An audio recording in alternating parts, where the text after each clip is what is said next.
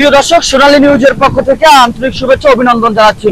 এই মুহূর্তে আমি যেখানে দাঁড়িয়ে রয়েছি কুয়াকাটা সমুদ্র সৈকতে, আপনাদেরকে জানিয়ে রাখতে চাই এবং ভিডিওর মাধ্যমে দেখাচ্ছি যে বর্তমানে কুয়াকাটা বঙ্গোপসাগরে কিন্তু খুব উত্তাল রয়েছে এবং বড় বড় ঢেউ কিন্তু আছড়ে পড়ছে কুয়াকাটা সমুদ্রের কিনারে।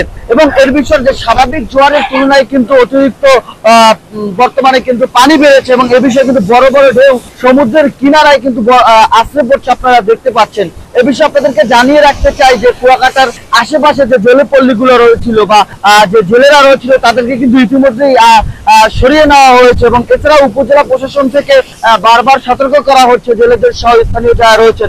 এছাড়া আপনাদের কাছে জানিয়ে রাখতে চাই যে কুয়াকাটায় কিন্তু প্রচুর পরিমাণ পর্যটকের আগমন ছিল, সেই পর্যটক গুলোকে কিন্তু ইতিমধ্যে তারা বাড়তি নিরাপত্তা দেওয়ার জন্য কিন্তু আশ্রয় কেন্দ্র নেওয়া হয়েছে। এছাড়া কুয়াকাটা এবং কলাপাড়া উপজেলায় কিন্তু 155টি আশ্রয় কেন্দ্র কিন্তু ইতিমধ্যেই খোলা হয়েছে এবং 20টি মুজিব কেল্লা রাখা হয়েছে। এছাড়া কুয়াকাটার যে আবাসিক হোটেলগুলো রয়েছে সেই আবাসিক হোটেলগুলো কিন্তু আশ্রয় কেন্দ্রের ঘোষণা দিয়েছে হোটেল মোটেল অনার্স অ্যাসোসিয়েশনের সাধারণ সম্পাদক। এ বিষয়ে আপনাদেরকে জানিয়ে রাখতে চাই যে কুয়াকাটার এই যে ঘূর্ণিঝড় রেমাল মোকাবেলায় কিন্তু পর্যাপ্ত স্বেচ্ছাসেবী টিম এবং পর্যাপ্ত সুযোগ সুবিধা রাখা হয়েছে। এখানে শুকনো খাবার থেকে শুরু করে আশ্রয় কেন্দ্রগুলো কিন্তু ইতিমধ্যেই কলাপাড়া উপজেলা প্রশাসন কিন্তু পরিদর্শন করা শুরু করেছেন। আপনাদেরকে দেখাচ্ছি যে বর্তমানে কিন্তু কলাপাড়া উপজেলার অন্যতম একটি পর্যটন কেন্দ্র সমুদ্রকন্যা কুয়াকাটার একটি সানসেট ব্লক পয়েন্টে আমরা অবস্থান করছি।